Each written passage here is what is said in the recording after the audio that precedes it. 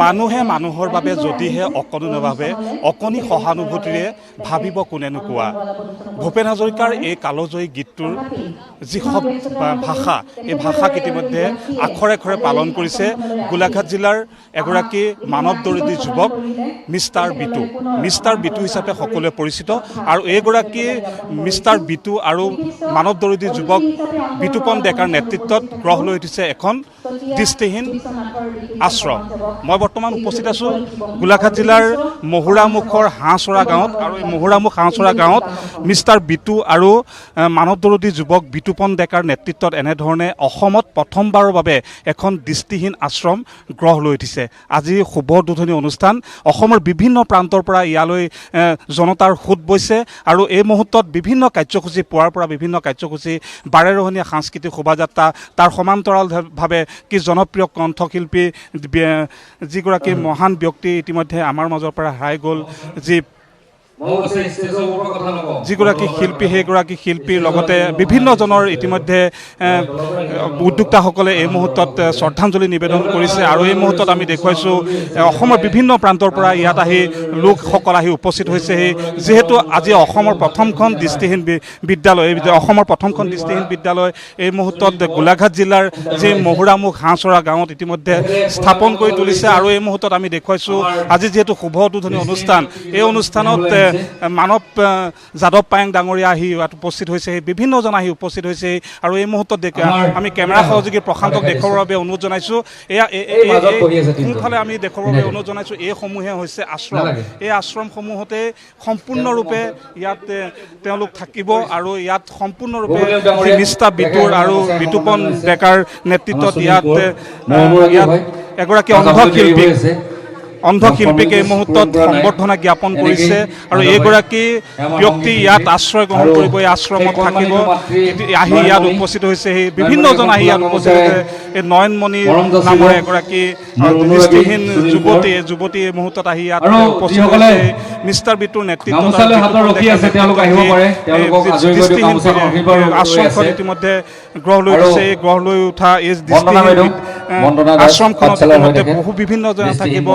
পাঠশালাৰ পৰা আহি ইয়াত উপস্থিত হৈছেহি। আৰু এই মুহূৰ্তত উদ্যোক্তাসকলে ইয়াত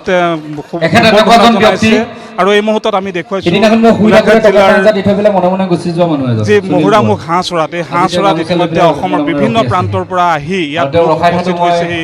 মিষ্টাৰ বিটু আৰু বিতুপন ডেকাক ইতিমধ্যে সকলোৱে ধন্যবাদেৰে উপচাই পেলাইছে। আৰু এই মুহূৰ্তত আমি দেখুৱাইছোঁ আৰু এগৰাকী মিষ্টাৰ বিটু। আজি দুগৰাকী বুলি ক'লে বেয়া হ'ব, গোটেই অসমত আমি 10 মাহ দিন ঘূৰিছোঁ সংগীতৰ যাত্ৰা কৰি পেলাই এক ৰিভলিউশ্যন সৃষ্টি কৰিবৰ কাৰণে অন্ধ আশ্ৰম। অসমত অনাথ আশ্ৰম আছে, বৃদ্ধাশ্ৰম আছে, কিন্তু মোৰ প্ৰশ্ন এটাই যে কিয় অসমত নিৰাশ্ৰয় দৃষ্টিহীন আশ্ৰম হ'ব নোৱাৰিব? অন্ধ আশ্ৰম নাই, নিৰাশ্ৰয় দৃষ্টিহীন আশ্ৰম।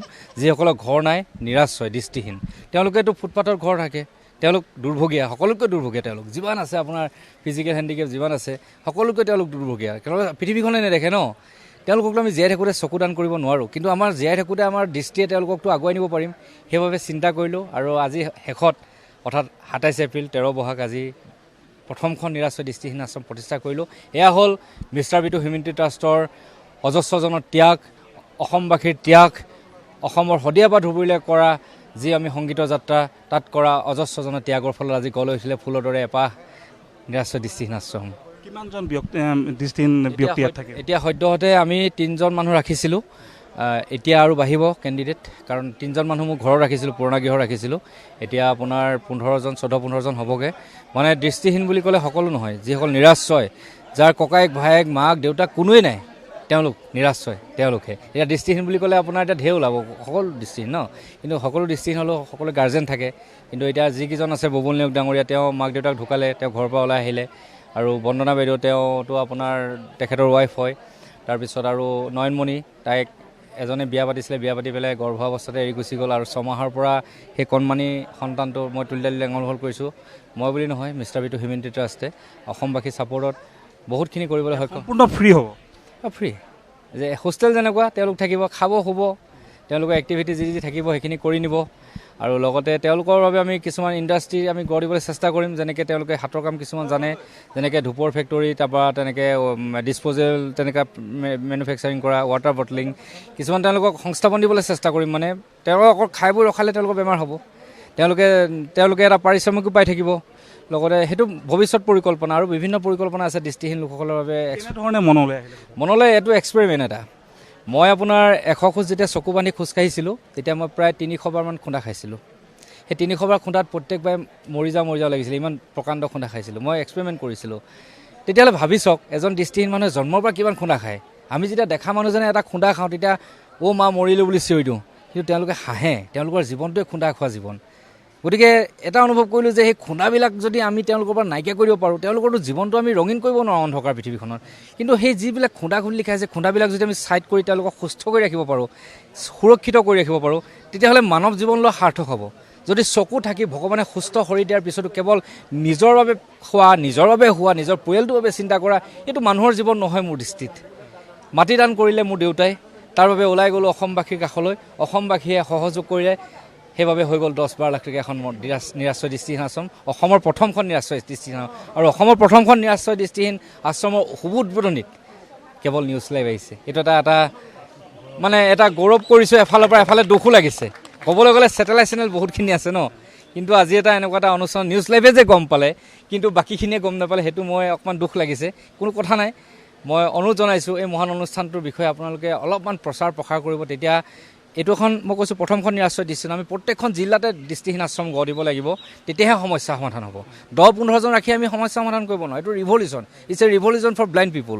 তেতিয়াহে আমি অসমৰ প্ৰত্যেকখন ডিষ্ট্ৰিক্টত যেতিয়া বৃদ্ধাশ্ৰমৰ যেতিয়া অন্ধ আশ্ৰম গঢ় দিম, তেতিয়াহে আমাৰ এই দৃষ্টিহীন লোকসকল সুৰক্ষিত হ'ব। আৰু সেইকাৰণে মই সংবাদ মাধ্যমৰ বন্ধুসকলক মই অনুৰোধ জনাইছোঁ যে নিউজ লাইভৰ দৰে আগুৱাই আহক, আপোনালোক প্ৰচাৰ কৰক, প্ৰসাৰ কৰক। অসমৰ চুকে কোণে অন্ধ মানুহৰ বাবে, দৃষ্টিহীন মানুহৰ বাবে জনজাগৰণ সৃষ্টি হওক, আৰু তেওঁলোকে ভাবি লওক যে চকু নাথাকিলেও আমাক চকু দিয়া মানুহ অভাৱ নাইকিয়া হৈ গ'ল। আপুনি অকণ সময় পূৰ্বে দেখিছিলোঁ আপুনি যথেষ্ট আৱেগিক হৈ পৰিছিলে, আৰু আপুনি ইতিমধ্যে উল্লেখ কৰিছে আপোনাৰ পিতৃয়ে আজি এটা নতুন আপুনি স্মৃতি বিজড়িত কৰিবৰ বাবে আপুনি এটা ব্যৱস্থা গ্ৰহণ কৰিছে। মানে আজি এয়া আচলতে সম্ভৱ হ'ল মোৰ দেউতাৰ বাবে। দেউতাই যদি মাটিকণ নিদিলেহেঁতেন, যদিও মই তেওঁৰ পুত্ৰ, মাটিৰ ক্ষেত্ৰত মোৰ অধিকাৰ নাই।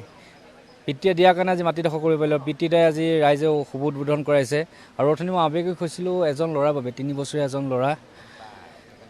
3 বছৰ আগত ঢুকাইছিলে ল'ৰাজন, 18 বছৰীয়া ল'ৰা আছিলে তামোলপুৰৰ। তেওঁ পিতৃ মাতৃয়ে কি কৰিছিলে, তেওঁলোকৰ 2টা ল'ৰা আছিলে, এটা সৰু এটা ডাঙৰজন ঢুকাই থাকিলে 3 বছৰ আগত। সেই 3 বছৰে সৰুজন ল'ৰাক যিমানখিনি খৰচ কৰে, ডাঙৰজন ল'ৰাৰ কাৰণে খৰচ এটা থৈ 2 লাখ টকা জমা কৰিছিলে।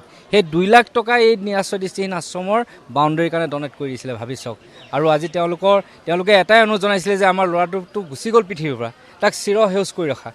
আজি ছাকচেছ হ'লোঁ মিষ্টাৰ বিটু, যে তাক চিৰ সেউজ কৰি ৰাখিলোঁ। সদায় ৰাজীৱ শদিয়াৰ শ্ৰদ্ধাৰ গণশিল্পী প্ৰয়াত ৰাজীৱ শদিয়াৰ ফটো অংকনো কৰি উন্মোচন কৰিছোঁ। তেওঁ কেৱল শদিয়াতে আবদ্ধ হৈ থাকিলে নহ'ব, সমগ্ৰ অসমতে তেওঁ জিলিকিব লাগিব। সমগ্ৰ অসমবাসীয়ে তেওঁ ইয়ালৈ আহিছে, সকলোৱে তেওঁ দৰ্শন কৰিব, আৰু বিভিন্ন ঠাইৰ পৰা মানুহ আহিব। একচুৱেলি ৰাজীৱ শদিয়াৰ বৌক মাতিছিলোঁ, কিন্তু ৰাজীৱ শদিয়াৰ বৌ অসুখ হোৱাৰ বাবে আহিব নোৱাৰিলে। কিন্তু তেওঁৰ ঠাইত জোনমণি বুঢ়াগোহাঁই বুলি শদিয়াৰ পৰা আহিছে, তেখেতে প্ৰতিনিধিত্ব কৰিছে। তেওঁৰ বাবে যি সম্বৰ্ধনা পত্ৰ তেওঁকে দিয়া যাব। মুঠৰ ওপৰত যি কৰিম বুলি কৈছিলোঁ সকলো কৰি গ'লোঁ আৰু।